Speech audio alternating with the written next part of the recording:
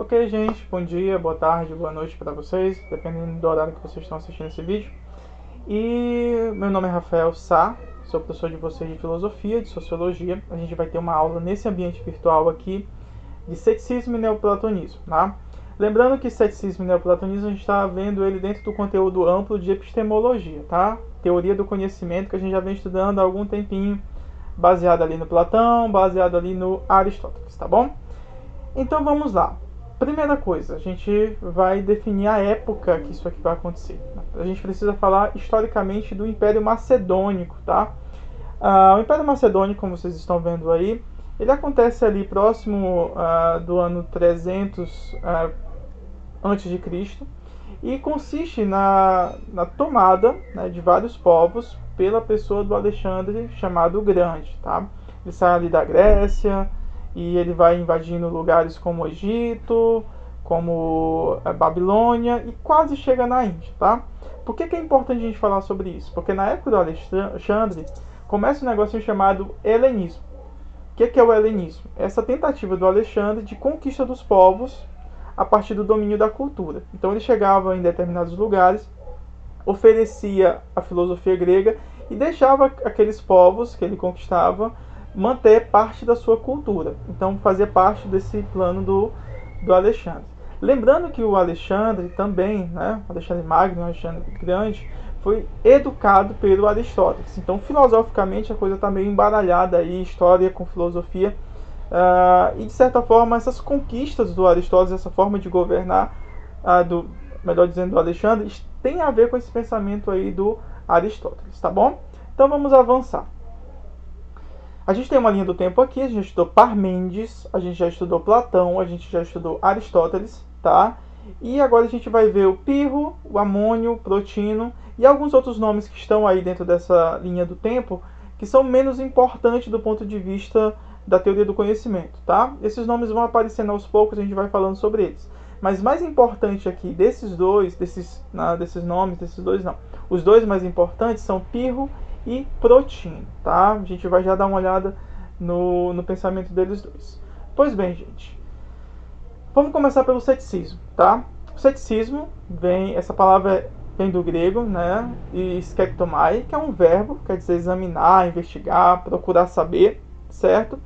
E os céticos, que vêm desse período helenismo, né, de difusão do pensamento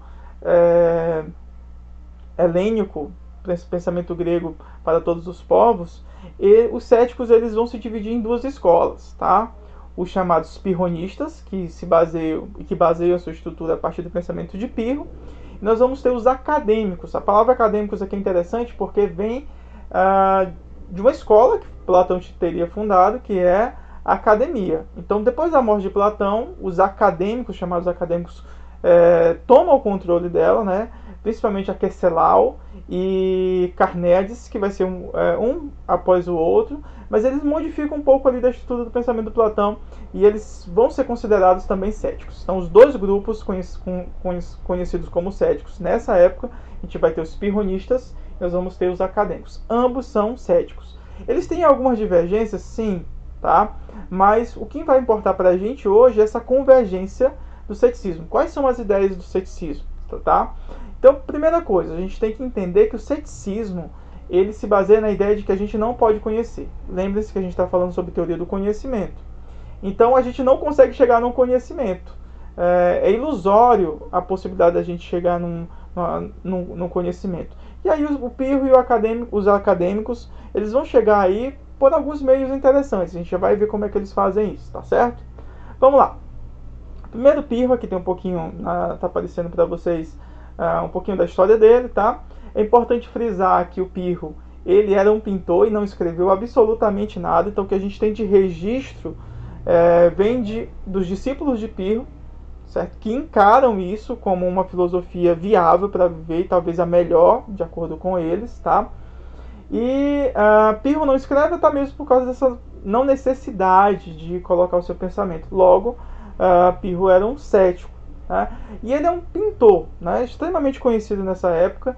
Algumas fontes históricas dizem que Pirro, inclusive, foi naquela viagem lá de Alexandre pelas conquistas do mundo, tá bom? Do mundo conhecido.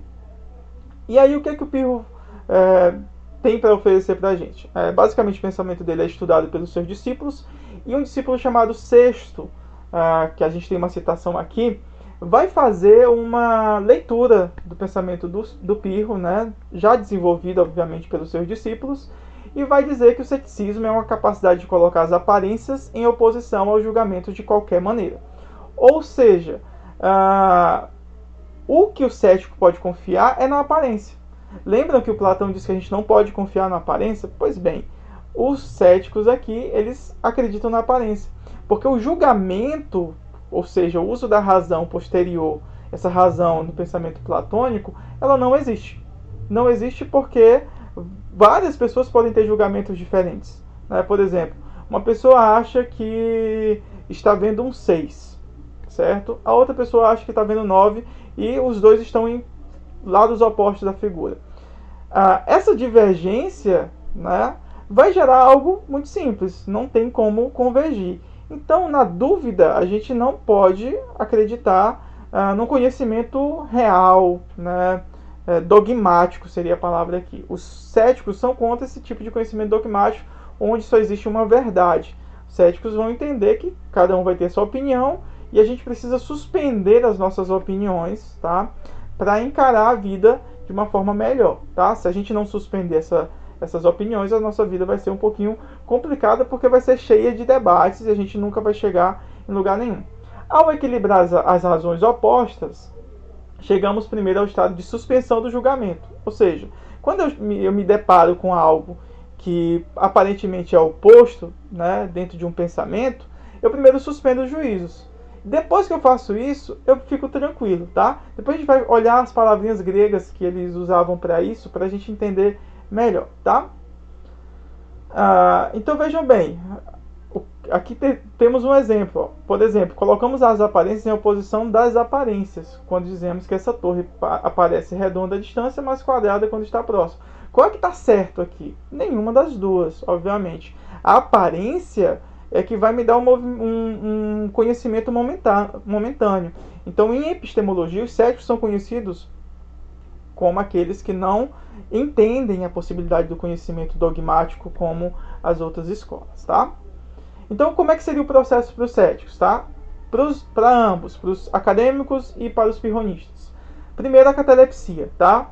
Que é o que isso? É a impossibilidade do conhecimento. A gente não consegue conhecer. Então, epistemologicamente, a gente não tem conhecimento. A epistemologia deles é a do não saber. Não dá para chegar no conhecimento seguro, né? Pelos motivos que a gente já viu. Como é que eu faço isso? Como é que eu vivo? Né? Porque é uma proposta também de vida a dos céticos. Eu vou realizar a epoqué, isso para os acadêmicos, ou a adoxa. Lembra que a gente falou da palavra doxa, que é a opinião? Então, a doxa é não opinião. Quem falava adoxa eram os pirronistas. Pirro usa essa expressão, tá? As duas têm a ver com essa ideia de suspensão dos juízos, mas suspensão dos juízos tem mais a ver com a epoqué. A doxa é não ter opinião. E os dois grupos vão convergir em uma coisa só, que a gente chama de ataraxia. Tá? O que é essa ataraxia? É a tranquilidade. Se você não coloca ideias em contraponto de outras ideias, você vive tranquilo. Você não precisa estar se descabelando por aí, porque todo mundo vai ter sua opinião e se você respeita isso de alguma forma, se você não quer debater essas questões, você vai acabar ficando tranquilo ali na sua, sem precisar discutir com ninguém. É um estado de tranquilidade, certo? E aí a gente teria 3 tipos de filosofia aí para os céticos. Primeiro idealista, aquele primeiro platonismo, tá? Não desenvolvido depois pelos acadêmicos, tá? Depois o dogmatismo, que seria representado pelo Aristóteles, tá? Existe um pouco de ceticismo ali no platonismo, sim, por causa da desconfiança, né, do conhecimento nessa esfera aqui. Mas o Platão ele inventa uma resposta para esse conhecimento. Já os céticos, de acordo com eles mesmos, obviamente, estão superando tanto os idealistas quanto os dogmáticos. Eles estão indo numa linha que, pelo menos para eles, é verdadeira, né, no sentido de que eles conseguem entender que não existe conhecimento. Ok, vamos avançar aqui. A gente vai agora para o neoplatonismo, tá?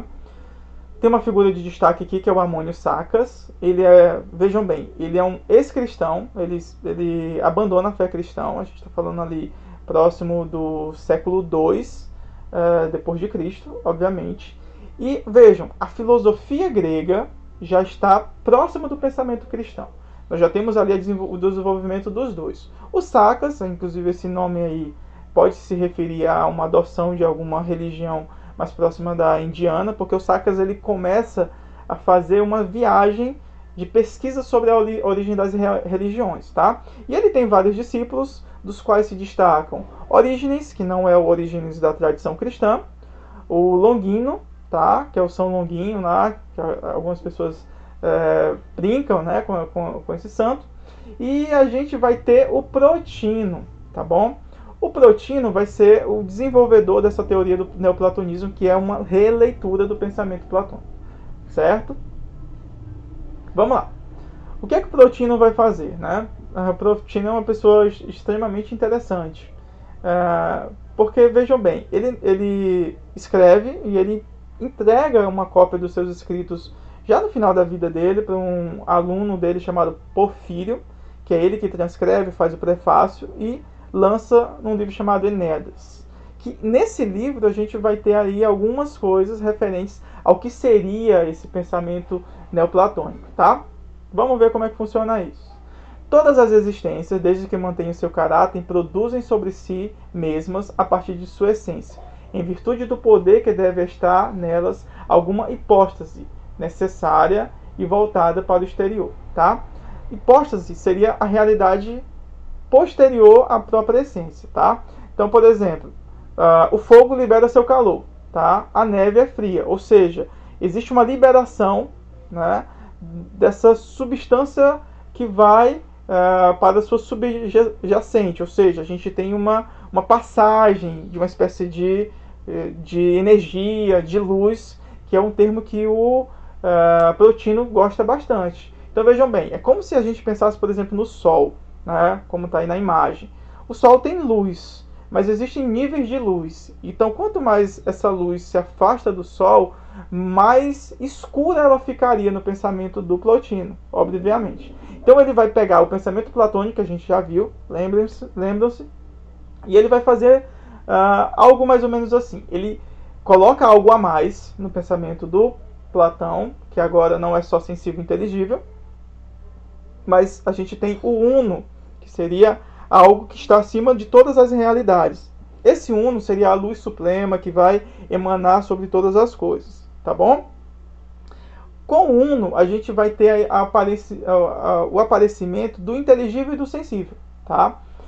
No inteligível, a gente vai ter a inteligência, a alma do mundo e o ser, certo? Essas são as dimensões que o inteligível tem, ou seja, a capacidade que nós temos de voltar para o uno se processa na nossa capacidade de ser inteligente, nessa alma do mundo, que é a criadora do mundo. O mundo deriva desse uno todo-poderoso no pensamento dele, e do ser, que é essa dimensão humana que nós temos, né, de sermos, que está relacionada com a única possibilidade do único ser exclusivo. Então nós somos por causa dessa ideia lá do uno, tá certo? E do mundo sensível, que é o mundo propriamente dito, o corpo, e também a gente tem aí o Protino falando sobre matéria, tá? Então como é que eu me salvo? Eu vou me libertando dessa experiência sensível no pensamento do Protino, e eu vou me aproximando da experiência inteligível,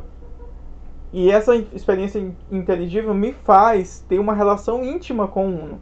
Quando eu estou próximo disso, numa experiência fantástica, lembrando que o Protino é um místico, né? Se a gente for pensar, talvez não seja a melhor palavra, mas mais próximo de um termo correto para isso seria uma espécie de nirvana. Você chega no ápice religioso, no êxtase religioso. Nesse momento você tem contato com a divindade, que seria o próprio uno, certa realidade que cria todas as coisas, e você estaria salvo. Então isso, né, vindo de Amônio, você já percebe um certo ecumenismo aí nas religiões, porque aí você não precisa necessariamente de uma ideia do cristianismo ou de outra religião, no caso, mas você precisa se aproximar da realidade que está acima de todas as coisas, que seria o uno. Então é assim que eu conheço, né? Essa é a epistemologia do neoplatonismo, muito parecida com a do Platão, só que relida. Existe uma releitura ali do Protino e dos chamados neoplatônicos, que é um termo moderno sobre essa situação, tá bom? Então eu conheço da mesma forma, eu tenho uma realidade sensível, que aparenta, tá? Mas que não é. Então eu me aproximo daquilo que é inteligível, que é a realidade por si só, que me aponta para algo mais perfeito ainda, que seria o Uno. Essa dimensão do Uno é quando eu conheço todas as coisas e eu não tenho mais dúvida de nada, né? Eu conheço tudo. Então, obrigado, gente. A gente se vê daqui a pouquinho. Vocês, aliás, daqui a pouquinho não. Vocês já tem lançado lá no Classroom uma atividade, tá bom? Respondam pra gente fixar esse conteúdo. Depois a gente se vê lá no Classroom de novo, tá bom? Então, valeu. Tchau, tchau. Até uma próxima.